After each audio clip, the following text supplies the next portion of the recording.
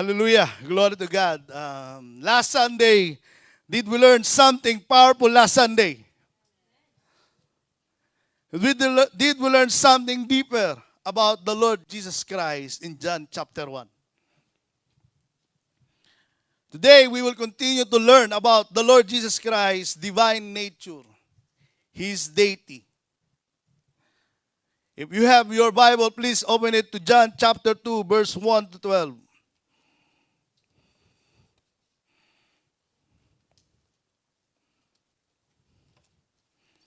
And if you don't have your Bible, open it to your app. Apate. No, app.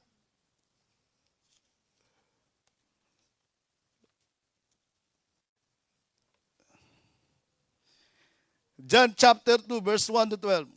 On the third day, a wedding took place at Cana in Galilee. Jesus' mother was there, and Jesus and his disciple had also been invited to the wedding. When the wine was gone, Jesus' mother said to him, "They have no more wine." "Woman, why do you involve me?" Jesus replied, "My hour has not yet come." His mother said to the servant, "Do whatever he tells you." Nearby stood 6 stone water jars, the, the kind used by the Jews for ceremonial washing, each holding from 20 to 30 gallons. Jesus said to the servant, "Fill the jars with water. So they filled them to the brim. Then he told them, "Now draw some out and take it to the master of the banquet." They did so, and the master of the banquet tasted the water that had been turned into wine. He did not realize where it had come from, though the servant who had drawn the water knew. Then he called the bridegroom aside and said, "Everyone brings out the choice wine first, and then cheaper wine, after the guests have too much to drink. But you have saved the best till now."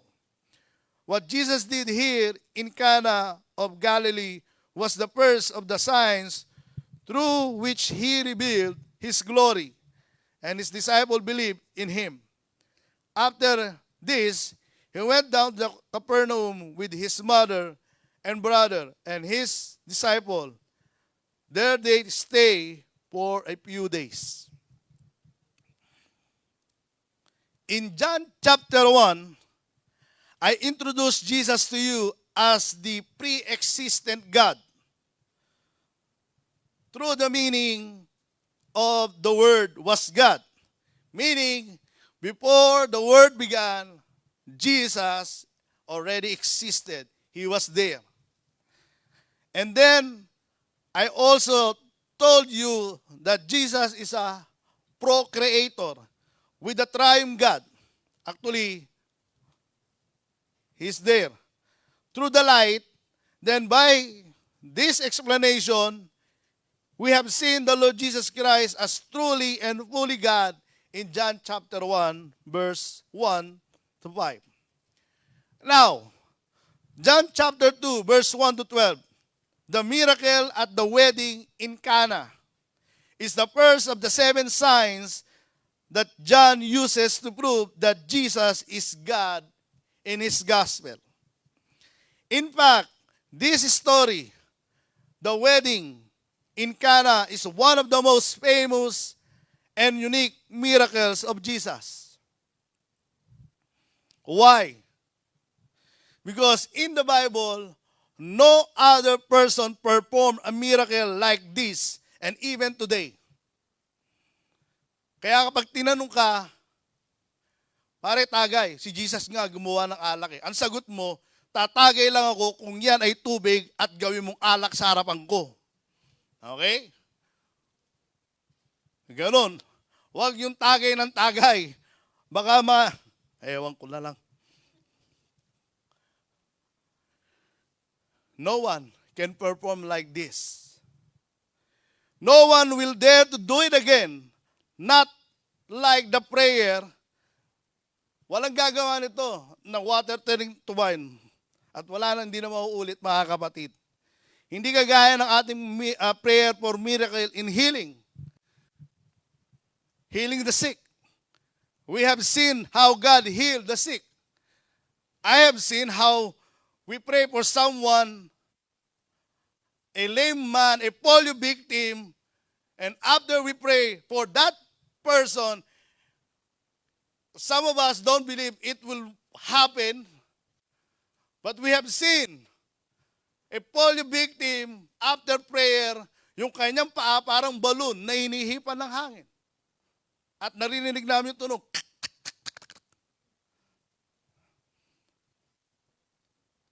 I'm praying that one day I will see a blind man that we prayed will see again. I pray that when we pray for a mute or pipe, he can speak again. And I pray that deaf will hear again. I have seen a deliverance from demon possession. Many times. Naging normal na nga sa akin eh. Ang makakita ng possession, naging normal na. Ito, gusto ko rin ma-experience, mga kapatid. Raising a dead body to come alive again. Sa Bible po, normal yan. Even trying to command a powerful storm not to hit a certain area like our country, Philippines. I have seen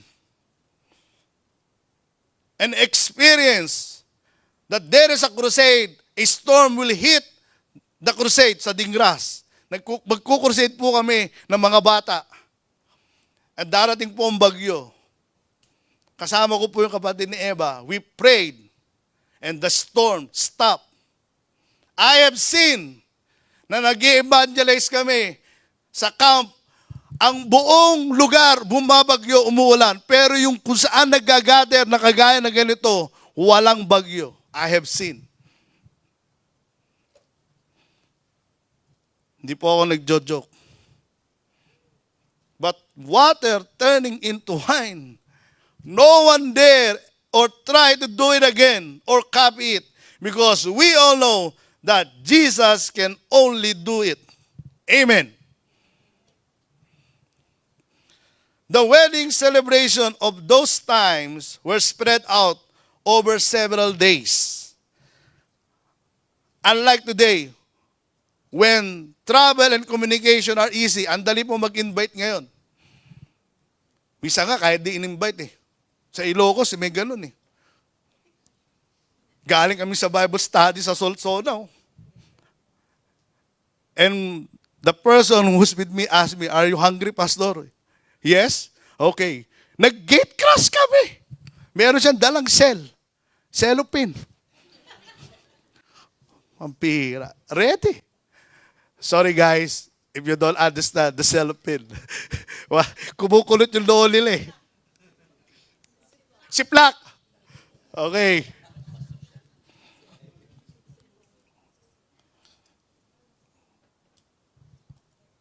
But during those time, back then, it was difficult to expect when guests would show up. Because the traveling going to the wedding place could take days. Kasi ngayon, pag in-invite mo isang tao, merong Honda Pilot, merong GMC Terrain,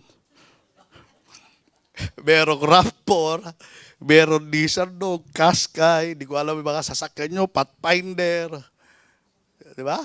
Noon, wala. Cadillac.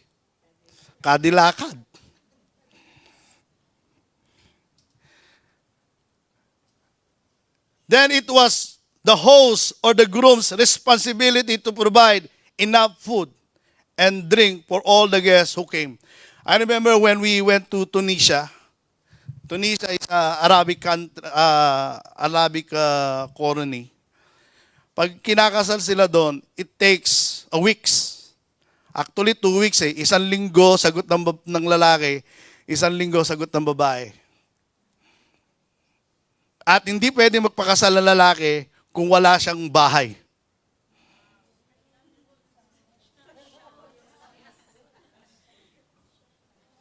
Ganon sila doon sa Tunisia. You cannot marry me unless you have a big house, man. Kaya, doon sa magpapakasal, kailangan talogin nyo kung may bahay.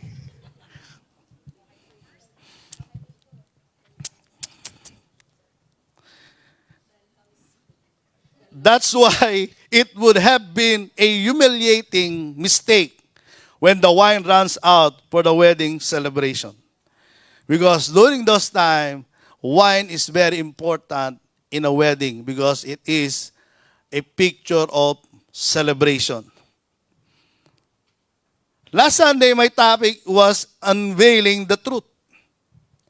We uncovered the truth. Now, this series, for our series, Deity, I entitled my topic with this, Unveiling the Glory. Why it is unveiling the glory?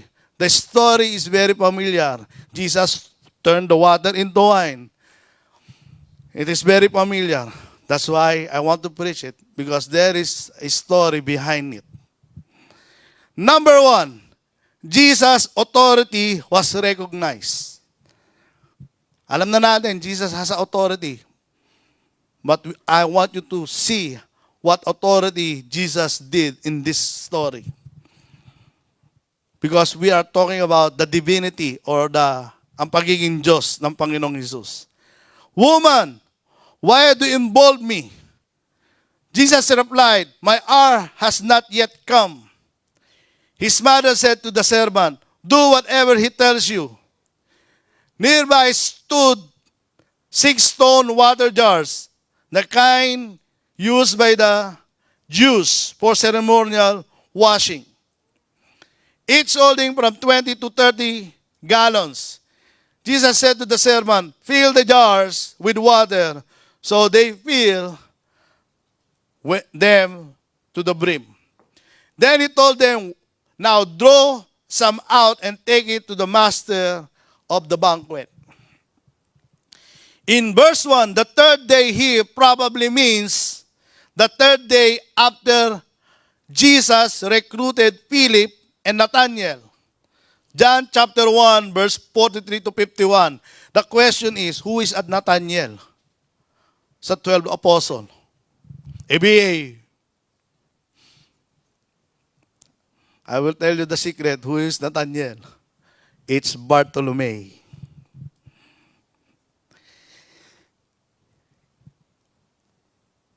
Did you see the picture? Jesus on the third day rise again. Here, the third day about the wedding. Now, it doesn't mean Tuesday in the Jewish tradition. Virgin brides married on Wednesday, widows married on Thursday. In Jesus' era, weddings were not one single day events. The realities of travel in that era for messenger and guests made it difficult to expect exactly when a person would arrive. A typical celebration could last a week. Kagaya na sinabi ko kanina. In our day, Jesus' response, now I'm going to the response of Jesus. Why Jesus called his mother woman. Ang daming tao nagtatanong niyang, pastor, is Jesus disrespectful to his mother? Why he called his mother woman? I will explain it to you today. Don't misinterpret what Jesus said. to Mary during these days. It is not prank. It is not even rude and disrespectful. But in the original Greek, his reply was very formal and polite.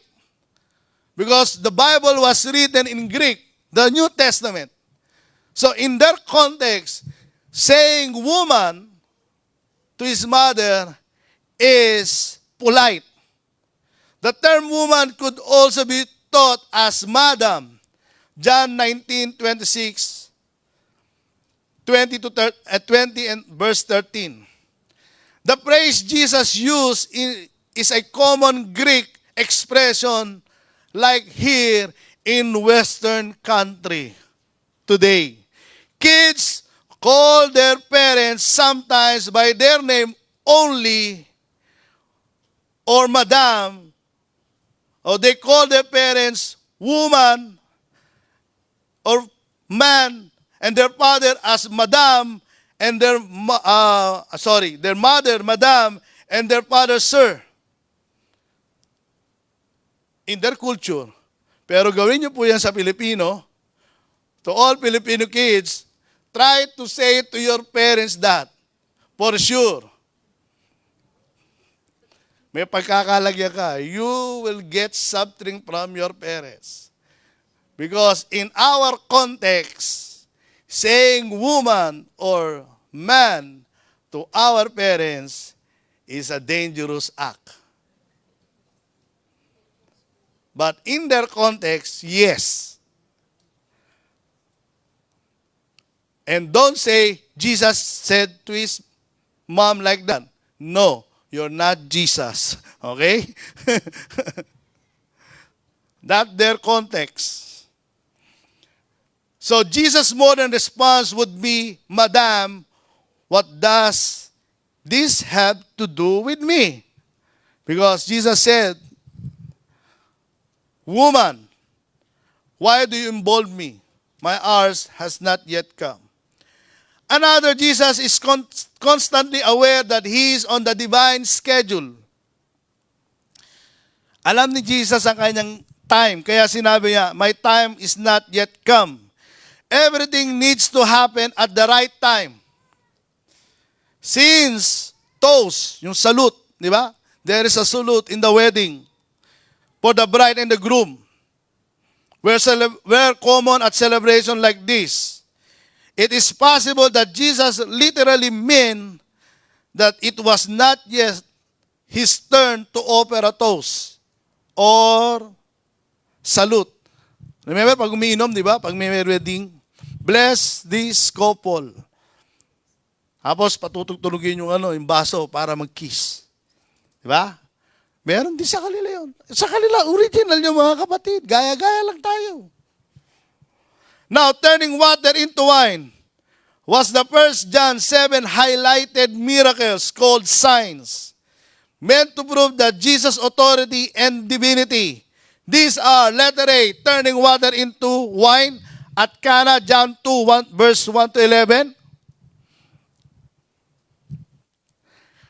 Healing the royal official's son, John 4, 46 to 54.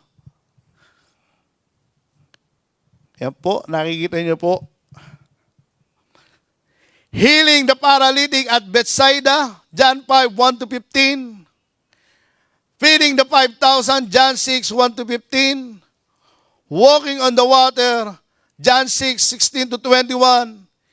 Healing the man born blind, John 9, 1 to 7.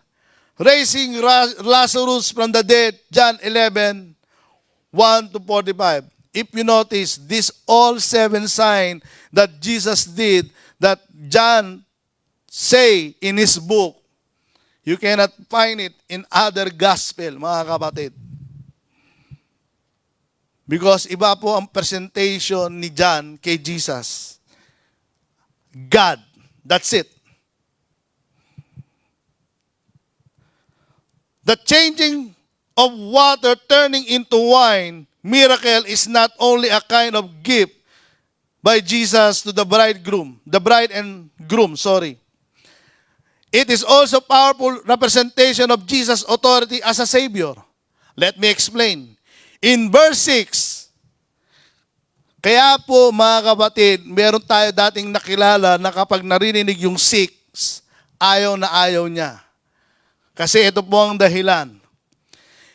In verse 6, the 6 water jars or jugs were used for ritual purification from sin. Di ba sabi rito? Ano sabi kanina? Nearby 6-gallon water jars kind of used by the Jews, sa verse 6, for ceremonial washing. So yung tubig na meron doon ay pang-ugas ng kanilang kamay. As a purification from sin. Why? The Jews wash before eating in order to cleanse themselves from defilement of contact with Gentiles. So bago sila kumain, kailangan nila mag-ugas ng kamay. Dahil yung maaari na hawakan nila yung mga Gentiles, tayo po Gentiles, di po tayo Jewish. Para sa kanila, nagkakasahala sila. And other ritually defiling things, more than germs. They needed much water since they washed often. Matthew 15, 1-2. Then some Pharisees and teachers of the law came to Jesus from Jerusalem and asked, why your disciples break the tradition of the elders? They don't wash their hands before they eat. Bakit napaka-importante sa kanila yun? Na naghuhugas ng kamay sa tubig, sa jars. Stone pots or jugs did not absorb moisture and uncleanness like ceramic vessel did. So they were better containers for water use in ceremonial washing. Each pot had 2 or 3 measures holding around 25 gallons or nearly 95 liters each, between 120 and 150 gallons of water, between 40 and 450 and 560 liters. So remember, sino po rito nakaranas uminom ng tubig sa banga? Oh, di ba? Pag uminom kayo, parang galing sa freezer, ang lamig. Kasi meron yun, hindi siya nag-absorb ng moisture. At yun, hindi niya nadudumihan. Yung tubig, na-sterilize niya. Kaya magdala po tayo ng banga rito.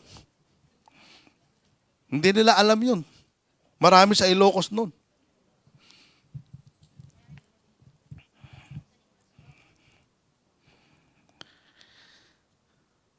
Mas masarap pa magsaing doon. 6 is the biblical number of man. That's why in Revelation said, the number of the beast is 666 because 6 is the number of the man. It can also represent imperfection, sin that makes people imperfect person. Kaya po meron tayo na encounter na pag narinig niya yung 6, nagagalit siya. Because he thought that 6 is sin. Because in biblical numerology, 6 is imperfect. But the 7 is the perfect number for divinity or deity, the number of God. And wine is, the number of God is 7. Kaya pag maglalaro kayo ng basketball, number 7. Sa Pilipinas, ang kilala dyan, Jaworski, Hinebra. Huwag na kayo magsabi ng ibang team, Hinebra lang po ako. Okay? Dito sa Toronto, sino may 7? Sino? Kyle Lowry. Toronto Raptors. ano sila? Now, I'm going back to the wine. Wine is the common biblical symbol of blood. Wala nakakaalam sa inyo, no? Akala nyo, wine lang si Jesus. No, it's a biblical symbol of blood. Now, Jesus transformed water into wine meant for ritual cleansing into wine, representing the blood. It's a symbolic way this authority was recognized how Jesus' sacrifice transformed the rituals of the law from the Old Testament into the gospel of grace in the New Testament. Ibig sabihin mga kapatid, by turning water into wine, pinakita ni Jesus, hindi importante ang ritual, ang importante ang grace ni Lord. Because the wine represent the blood, and the clear water is representation of cleanliness. John 1, verse 16 to 17. Out of His fullness, we all receive grace in place of grace already given. For the law was given through Moses. Grace and truth came through Jesus Christ. Matthew 26, verse 27 to 28. Then took a cup, and when He had given thanks, He gave it to them, saying, drink from it, all of you. This is my blood of the covenant, which is poured out for many for the forgiveness of sin. 1 Corinthians 11:25, in the same way, after supper, He took the cup, saying, this cup is a new covenant in my blood. Do this whenever you drink it, in remembrance of me. Mga kapatid, huwag niyong gawing dahilan kung kayo po'y umiinom. Huwag hanggang ngayon. Dinadirect ko na po kayo. Hindi ko po kayo pinapatamaan, talagang tinitira ko na kayo. Kung kayo po hanggang ngayon umiinom, ako na nagsasabi niyo, huwag niyong gawing dahilan. Ang John chapter 2, na si Jesus naggumawa ng alak galing sa tubig. No, it is a different. It is a picture of grace. That He can clean those people who are, yung mga tao makasalanan, He can clean it as long they accepted the Lord Jesus Christ as their Lord and Savior. And let me continue. I want you to recognize this authority here. Every time we read John 2, verse 1 to 12, as our Savior, as we read it, Jesus' authority, we thought that John just wrote it to show off that Jesus had its first miracle by turning the water into wine. No, from the time John wrote his gospel, he is unveiling, he is uncovering the truth that the same time the glory of our Lord Jesus Christ as God and Savior. The real purpose also is to show that Jesus has authority even to the nature by turning water into wine. Not like the normal miracles in the gospel. Because healing the sick, deliverance, raising a dead body to life, raising a dead body, bringing back his life is only normal in the Bible, mga kapatid. Normal yung istorya na yan sa Bible. Bumuhay ng patay, nagpagaling ng may sakit. Elijah and Elisha experienced it in the Old Testament. Even the apostle experienced it. But turning water into wine, it is not normal, beyond normal. And only Jesus can do it. Yung turning water into wine, mga kapatid, na kinanta ni Chris Tomlin, it is very powerful song. Because he's speaking that kahit anong buhay ang meron ka, God can clean you with His blood.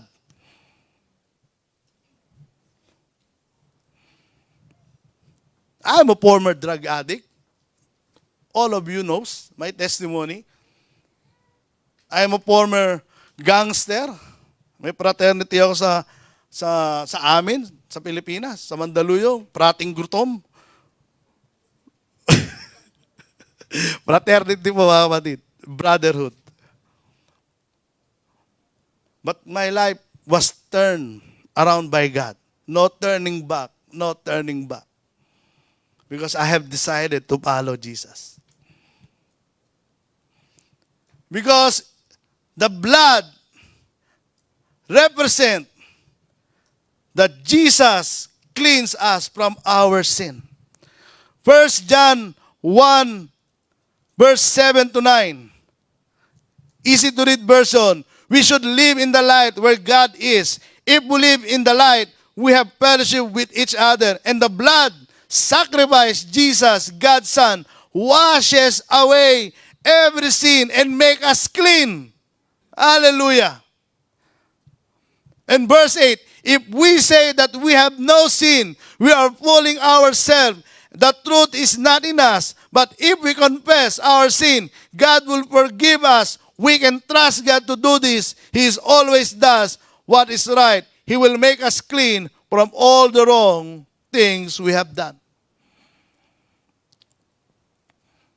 Mga kapatid, you need to study the Word of God. Bible pa lang, there is a certain story in it that God is doing something in your life. Yes, time to time you need to watch something in YouTube. Those other preachers. No, but I'm challenging you, study the Word of God first before you watch those people in YouTube. Buti pa sila pinapanood nyo sa YouTube, ako hindi. May YouTube na rin ang SCC, panoorin nyo rin ako. Minsan nga, minessage ako ng nanay ko eh. Nakimessage siya eh. Anak, ang pogi mo sa matagal na.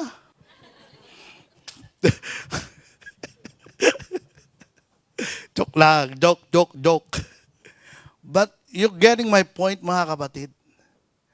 You need to study the Word of God. Because there is a reason behind it. That God can do something great in your life. From out of nothing, God will make you something. Because the water na pang-ugas lang ng kamay, sabi, ceremonial, clean, di ba? So pang-ugas ng kamay, walang kwenta yon, hindi nila iniinom yon. Pagkatapos nilang pag-ugasan ng kamay yon, they will throw it. Because it's dirty. They clean their hands there. But the Lord Jesus turned it to wine, and according to the one who tastes it, it is very special wine. That's why the man or the wedding planner, you save the best for last.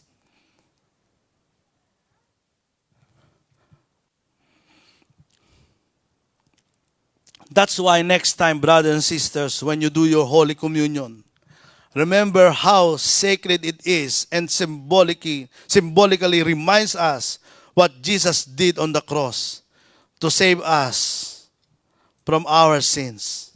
Amen? And that's why when you sing the song, there's power, wonder-working power in the blood of the Lamb. Make it more powerful into your life. Lahat po ng mga inaawit natin sa Panginoon, there is a meaning behind it. It is not just a song that have been composed by a certain person because he was in love. No, he composed it because there is an encounter in his life that God did something beautiful in his life. Diba? Number 2, Jesus' miracle was recognized. Verse 8b to 10. They did so, and the master of the banquet tasted the water that had been turned into wine. He did not realize where it had come from, though the servant who had drawn the water knew. Alam ng mga servant, saan galing yon? Pag-uugasan ng kamay o pinag-ugasan ng kamay. But the wedding planner doesn't know it. Then he called the bridegroom aside and said, everyone brings out the choice wine first, then the cheaper wine after the guests have had too much to drink. But you have saved the best till now. He saved the best for last, sabi niya. So wedding planners are not just for today's era, brothers and sisters. The master of the banquet or the wedding planner of the chief servant was already in the Bible. And this man is responsible for overseeing the wedding arrangement. He probably checked all the food, wine, before it was served to the guests. Here, John's account makes it clear that chief servant was not aware of Jesus' involvement. He doesn't know. And it is possible the man never found out. On the other hand, it's virtually certain he knew the wine originally intended for the guests had been used. This would explain part of his amazement. Verse 10. Suddenly, finding 120 plus gallon or some 450 liters of wine would have been pleasant surprise. The other amazing aspect of the wine was equality. As the servant will explain, better wines were usually served first. Poorer wines were served once the guest had already had something to drink. But this wine, the better wine was being served after the other wine was gone. Normally, people did not drink the water in those pots, like what I said. But the head waiter did not know that what the servant handed him came from there. Probably, the pots were outside the house and he was inside. Kaya hindi niya napansin na mayroong nangyari doon sa jug. The master of the banquet or chief servant is impressed and surprised by the quality of the wine. But he has no idea that Jesus had created it out of water. Verses 6 to 9. Instead, he gives credit to the groom for saving the best for last. He assumed this was deliberate, extravagant choice by a married couple. So we have seen here that Jesus, the omnipotent creator, produced the best, and he always does whenever he creates. Now, there are two reasons why Jesus did this. Woman, why do you involve me? Jesus replied, my hour not yet come. But he did it. He made a miracle. First, true miracles are not for entertainment. Because the truth be told, a lot of people right now are entertained where there is miracles they see where they're in their own eyes. Pag marami po nakakita ng miracle, namamangha sila. Kaya nga mas marami pumupunta po sa mga crusade. Or if the speaker is famous, they are going to that preacher because there is a miracle going on and they are entertained. No, it is not for entertainment. Miracles are intent to do something great in that area, kundi para sa Panginoon.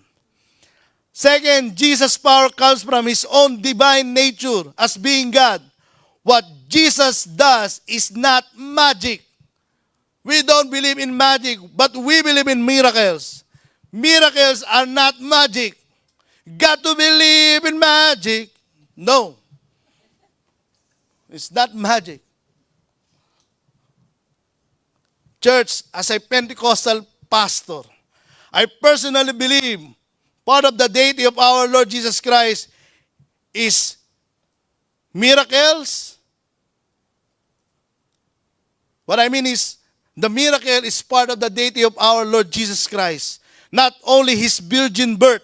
Matthew 1 verse 23, Luke 1:31 and 35, His sinless life, Hebrews 7:26, and 1 Peter 2:22, and teaching. Matthew chapter 5 verse hanggang chapter 7. That's why John showed this to his gospel, the water turning into wine, to prove that the gospel of Matthew, Mark, and Luke are all true, because this miracle is not just about miracle. It reveals the glory of our Lord Jesus Christ. Verse 11, John 2. What Jesus did here in Cana of Galilee was the first of the sign through which He revealed His glory, and His disciples believed Him. So, yung miracles na nangyari sa Cana, He revealed His glory. That's why He showed in this story. Si John. Because John is making a point of also here by saying that this was first miracle Jesus had ever performed. Because in the Old Testament, the first plague in God's judgment, ang unang plague, curse. Ang unang curse na ginawa ni Lord to judge the Egypt is transformation of water into blood. Exodus 7, verse 20 to 21. Kaya yung water turning into blood,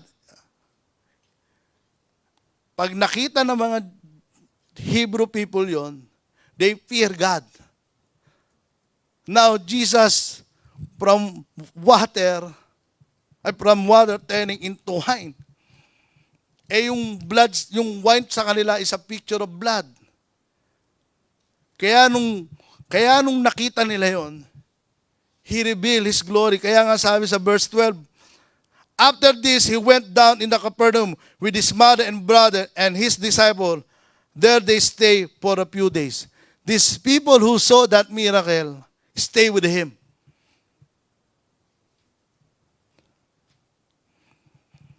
Jesus' miracles are especially meant to prove that He is the Messiah, the Son of God. John described Jesus' miracles as sign, plural. He chose that word, many term in Greek, which he could use for a reason. Other Greek words mean things as strange event, power, or wonder. Yes, it is a strange event. Seeing a water turning into wine, hindi ka ba mamamangha sa Panginoong Hesus? Instead of using the simple Greek word semeion, which literally means sign, only that which sends a message to Hebrew people and Greeks. So meron dalawang meaning ng sign. Yung sign na sign talaga, literally, at yung sign na merong miracle. And this happened, yung miracle ng sign. And church, to recognize Jesus' miracle over us, over our lives, is by transforming us from being sinners into saints. Church, maybe we always look back what life we had before as a sinner. During the time we don't have Christ yet in our life before, all those bad things we did before, and the devil and even your friends may be reminding us or reminding you what you did before. But church, the truth is, God cannot and doesn't see it anymore from the time we have been born again. Kung hanggang ngayon iniisip mo pa kung anong dati mong buhay at binabalkan-balkan mo pa sa isipan mo at tinotorment ka ng kaaway sa buhay mo, ako na nagsasabi sa iyo, si Lord hindi ganon. So take away that guilt because the grace is already there. You've been redeemed. You're not condemned. Hebrews 8:12, for I will forgive their wickedness and will remember their sins no more. Kaya ang mga mag-asawa, pag nagtalo kayo, huwag nyo inaman yung nakaraan. Di ba noong nakaraan, nag-away tayo ng ganito, tapos na yung araw na yung kung ano yung pinagtatanunan nyo, yun lang. Huwag kayong bumalik 5 years ago, 10 years ago. Di ba? Sabi ng Ilocano, apaunayin. Di ba? Natatandaan mo? Last week, ganito ginawa mo. Eh di ba okay na tayo doon? Hindi, kasi inuulit mo na naman. Buti pa si Lord nakakalimot. Pero ang asawa ko, ayun nga, may throwback. Huwag ganon. Kalimutan nyo na. Tatandaan nyo, pag nagkabati kayo, mas masarap magmahalan. Di ba? Where do broken hearts go? Mga kapatid, last Friday, we are in our Toronto Northeast Connectors Group. Kila Kuya Wendell, Kuya Arnel. My wife, Eva, Pastor Eva, is sharing about the word being born again. Alam niyo, minsan mga kapatid, iwanan niyo minsan yung mga cellphone niyo sa sasakyan. Kasi maganda. I left my cellphone in the car. So wala akong hawak, nakinig lang ako sa asawa ko. Kasi kapag meron kang hawak ng cellphone at nakikinig ka, you will pindot-pindot. Right? And they will say, hey, why you're using your cellphone during preaching hour or teaching hour? No, I'm just checking the Bible. No, you're checking the Facebook. It's just an excuse. Okay? So next time, when you are here in this church, try to leave your cellphone and don't check it because there will be an encounter for the Lord. So I was hearing her teaching and saying the word born again. And while I'm hearing her saying the word born again, my mind was blown away by the Lord like in a trance. So ibig sabihin, trance, looks like that God transported me in a different place. God showed me a picture being dead to being a born again. Not a person who died, then we are raised to life again. Ibig sabihin, pinakita ng Panginoon kung paano ako mamatay, na kung saan hindi dahil na binuhay niya uli ako. Actually, the picture is this. I was died and being born again with Christ. Ibig sabihin, I have a same body who died, but being born again with same body. Not as a baby, not being raised to life or resurrected physically, but born again as if Christ is with me in my spirit. Ibig sabihin mga kapatid, namatay ako physically at naramdaman ko yon, pero muli akong nabuhay, born again. Pero yung pagbuhay ko, kasama ko yung Spirit ng Panginoong Jesus.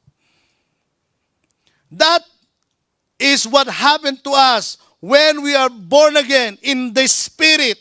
When we repented our sin, believe and receive Jesus into our hearts, we receive a new life in Christ, dead to sin, but alive in Christ. Ang word na born again kasi is we thought is you're changing your religion from some old religion going to a new religion. No. Born again, we also thought it is a relationship. Yes. But being born again is to die into yourself. Dying to God daily. Dead to sin. Let me explain more. John chapter 3, verse 3 to 7. Jesus replied, very truly I tell you, no one can see the kingdom of God unless they are born again.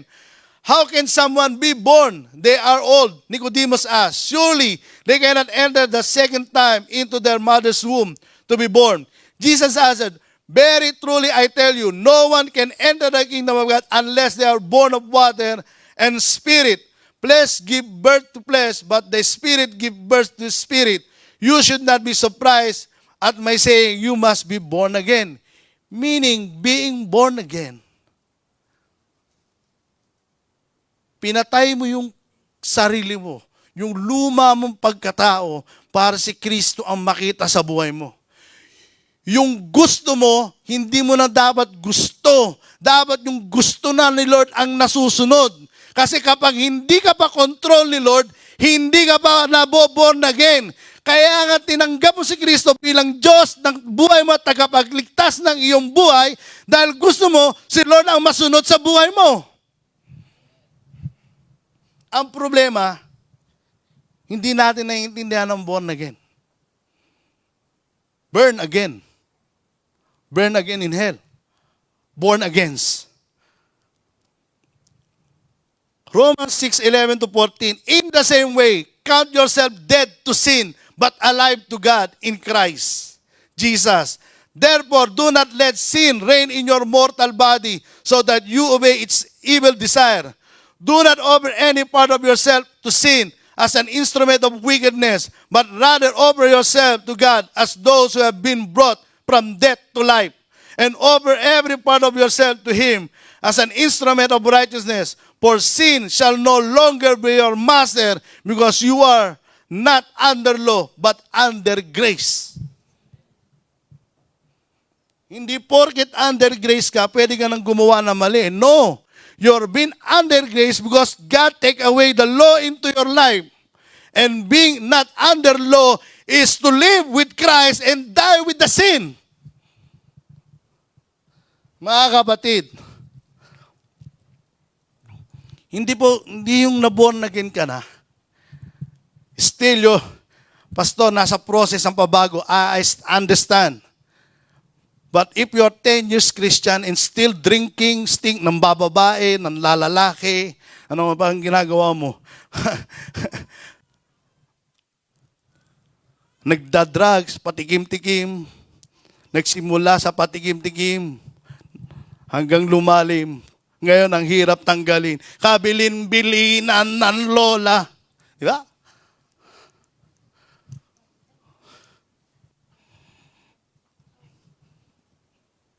One time, naglalakad kami ng pastor ko sa isang iskinita.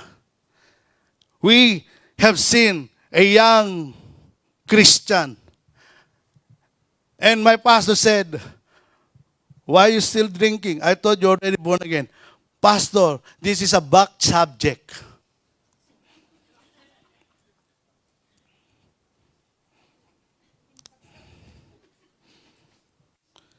Luke 9:23. Then he said to them, "Whoever wants to be my disciple must deny themselves, take up their cross daily and follow me." Mga kapatid, it is not easy to live a holy life and a righteous life. There are things in our lives na kung saan kailangan natin patayin.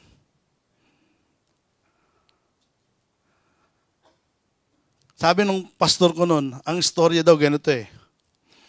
Halimbawa, you were being born again and your daddy, you're smoking before. If you are a Christian who being born again, and then when you smell a cigarette in the air, you do like this.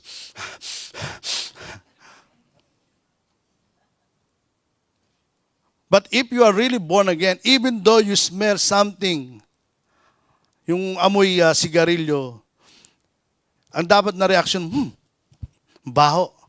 Because you're already delivered. But if you are born again still, hinahabol-habol mo yung amoy, pati yung amoy ng alak, ang bango niya, hindi ka pa delivered. Same thing with a person. For example, a name Bong hurt you, torn you apart. When you heard the name Bong, kapag nasasaktan ka pa, I get so weak every the heart.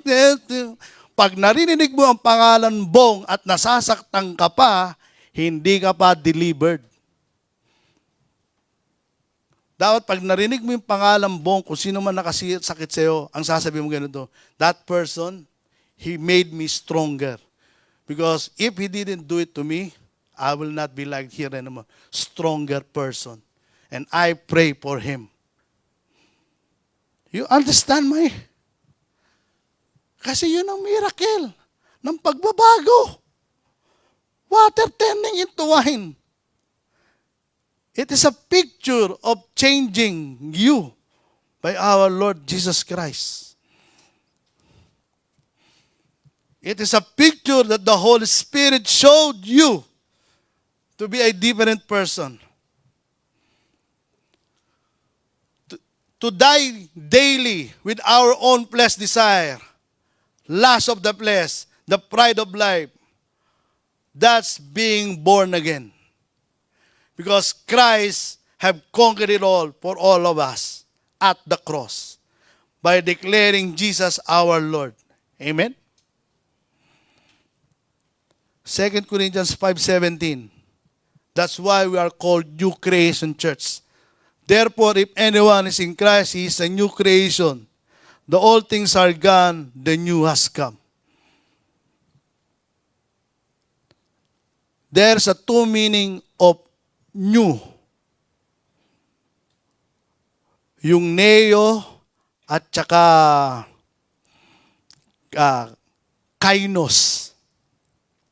Yung neo, mga kapatid, yung talagang, for example, this building, it is the same building, and to make it look good, you will paint it again. And you will fix those things are not fixed to make it new. But the kainos is this. You will destroy this building and make it different. Yung ginamit po na new creation ng Lord is kainos. Meaning, He will destroy your old life. If anyone in Christ, he is a new creation. The old things are gone, the new has come. Because si Lord na dapat ang nakikita sa'yo. Kaya one time, there is a pastor in a conference. This is what he prayed. Lord, right now in Jesus' name, thank you so much for bringing us here in this conference. And all my prayers there is all of my prayer right now to all of us is, patayin nyo na po kami, Lord, lahat. And we are all shocked. Kill us, Lord. Kasi ang ibig sabihin niya is kainos. You need to die so that Christ will be seen in your life. Ang problema, minsan nagmumulto. Pag halimbawa sa driving, kinat ka, binililivered ka na ni Lord sa pagmumura, kinat ka, nagmulto ngayon. Iba nga lang ang tono, iba nga lang yung word na lumabas. Glory to God! Pero mura yung tono. Parehas pa rin. Walang pinagbago. Alam ko yan. Nagdadrive ako eh. Nagaganyan din ako minsan eh. Nung nakaraan nga, nainis sa akin si Eva, hinabol ko yung nagbitbit sa amin eh. Nung hinabol ko na, tinatukan ko, hindi naman makatingin sa akin. Pero sabi ko kay Eva, meron ako tinuturo sa kanya. Hindi ka pwedeng mag-road rage kasi hindi mo kilala kung sino yung na-drive mo. Because I was warned by si Dave, yung supervisor namin sa Pesto, winarningan ako, hindi mo kilala kung sino yung mga kasabayan mo. Some of them has a gun. So you need to be careful.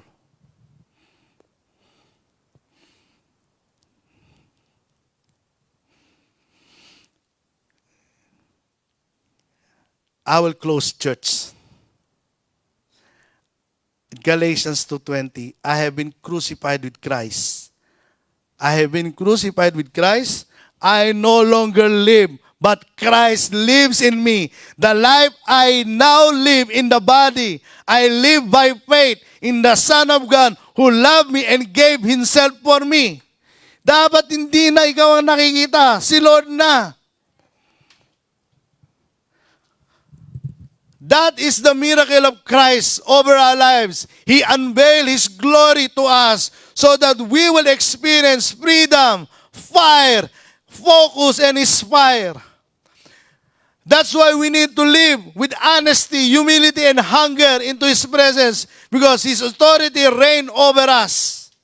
As I close, church, did you know that the donkey is the only animal in the world with a cross on the back? Matthew 21, 7-8. They brought the donkey and the colt and placed their cloaks on them for Jesus to sit on. A very large crowd spread their clothes on the road, while others cut branches from the trees, spread them in the road. The crowds that went ahead of him and those that followed shouted, Hosanna, the son of David. Blessed he who comes in the name of our Lord. Hosanna in the highest heaven. Go back. Jesus is sitting in the donkey. Go back. With a cross. Jesus, the Messiah, came into Jerusalem on the cross. And the world is celebrating it Palm Sunday. Continue. Continue. So, came to Jerusalem on the cross, and he also left Jerusalem with the cross. Galatians 3:13 to 14. Christ redeemed us from the curse of the law by becoming cursed for us. For it's written, cursed is everyone who hang on a pole. He redeemed us in order that the blessing given Abraham might come to the Gentiles through Christ Jesus, so that by faith we might receive the promise of Spirit. Meron nyo na dyan yung picture?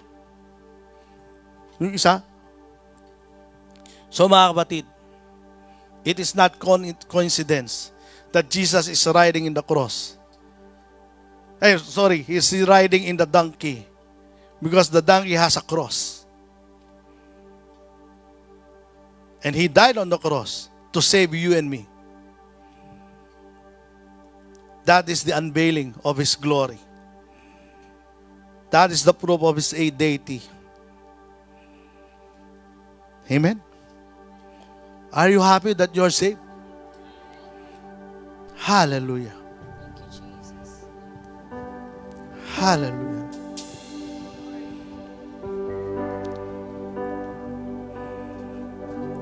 Hallelujah.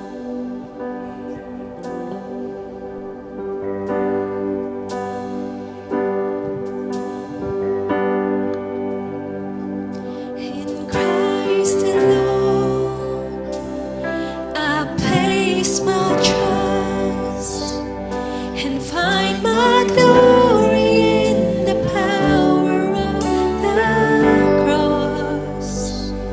In every victory, let it be said of me, my source of strength, my source of hope is Christ alone. Come on, church, let's sing it. If you feel that God is really saved you from the cross, Christ alone. and if you feel that God really has authority in your life, done a miracle things in your life, sing it from your heart. Hallelujah. Victory, let it be said of me, my source of strength, my source of hope is Hallelujah. Christ alone. If you feel that the glory of the Lord is in your life, the truth is in your life, hallelujah. Let's lift him.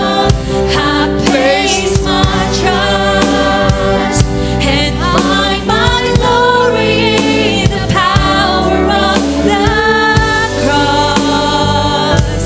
In every victory, let it be said of me, my source of strength, my source of hope is Christ alone. Hallelujah.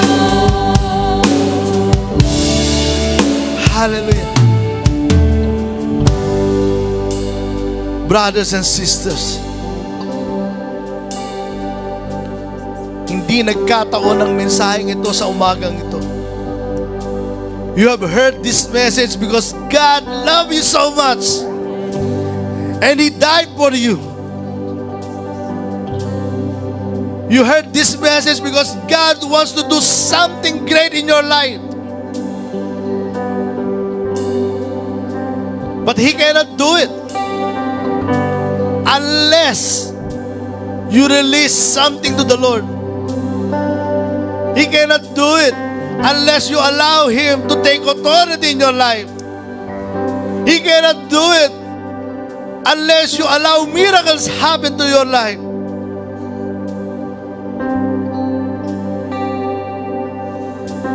Hallelujah. I was once a sinner, mga kapatid. But God changed my life.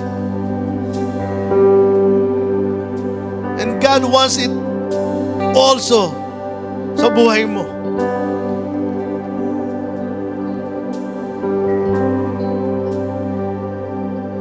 All eyes closed, all head bow, and all eyes closed. Never mind those person at your side, at your back, or at your front. I want you right now to encounter the Lord by yourself. Because He wants to do something in your life. God is not done yet in your life. He wants you to become a living testimony. Hallelujah. Hallelujah. And if you want to experience the powerful changes sa buhay mo, I want you to follow this prayer right now. If you want it, say it boldly or want to say it in your mind, as long as you encounter the Lord right now. Father in heaven, I commit a lot of mistakes in the past. Come on, follow me. Father in heaven, I commit a lot of mistakes in my life. In the past, I have sinned against you. But right now, Father, in the name of our Lord Jesus Christ, I repent and I ask forgiveness for those things. And I accept the Lord Jesus Christ as my Lord, who will control my life, and my Savior, who will save my life from sin. And let me experience right now, Father, in the name of Jesus, being born again. In Jesus' name. Amen. I will pray for you, Father, right now. I pray, let the power of the Holy Spirit move in each person's lives as they accepted you as Lord and Savior, the Lord Jesus Christ. Let the Holy Spirit dwell upon them, convict them, and tell them that they are the sons and daughters of Christ. The sons and daughters, your sons and daughters, through Christ, Lord. We are co-heirs and co-heirs of Christ through the works of the Holy Spirit. Hallelujah. Hallelujah.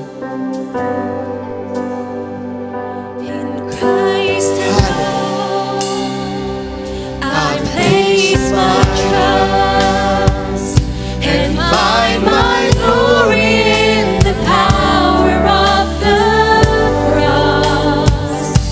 In every victory, let it be said of me, my source of strength.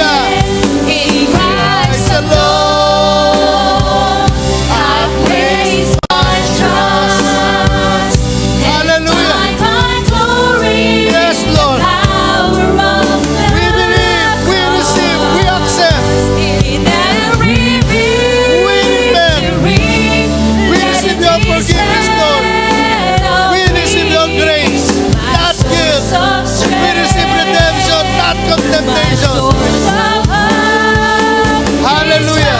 Is Christ alone. We receive your freedom. In Christ Your fire, your focus. alone. We are honest. We are hungry. And we are humbled, Lord, right now. Find my glory. Hallelujah. The power of the cross. Hallelujah. In every victory, let me settle me. Source of strength, my source of hope is Christ alone.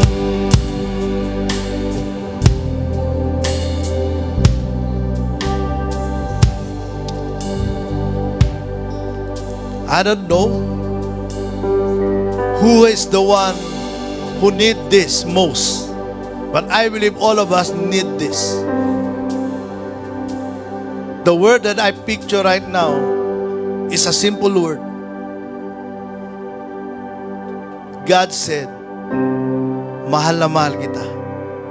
I love you so much. If you think that I don't love you, no. God said, I love you.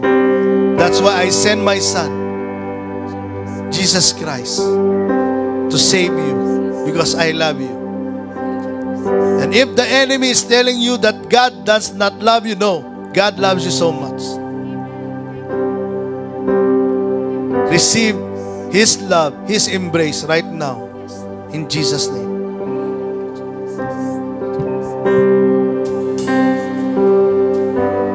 Hallelujah.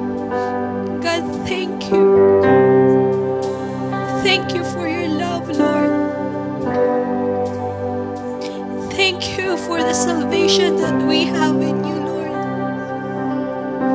Thank you for what you've done on the cross just to save us, Lord. Thank you, God, for it took your life just to give our lives back to us, Lord, and be reconciled with you, Father. Thank you, Holy Spirit, for being so patient with us, God, teaching us every day to do what is right. And as your children, Lord, may you find us obedient, God, to you, Lord. Because, Lord, we owe everything to you. We have no life, Lord, apart from you. So, God, help us not to waste what you've done 2,000 years ago, Lord, but to cherish it in our hearts, Lord. As we make decisions every day, as we act, as we speak, Lord, may we give glory to your name. And if we are tempted by the enemy, God, to do things that you don't want us to do, Lord, Holy Spirit, empower us, empower my brothers and sisters, Lord, to resist the devil, God. Holy Spirit, we need you more and more, Lord. Sanctify us every day, Lord. We need you, God, in our lives. So, Lord, when you come back, because that's what you promised, God, you will find us all faithful before you, God. And you will raise us all, God. And we will reign with you in eternity, Lord. Hallelujah. Hallelujah, Lord. We bless your name, Jesus. We thank you, Lord. This we ask and pray in your name. Amen. Amen.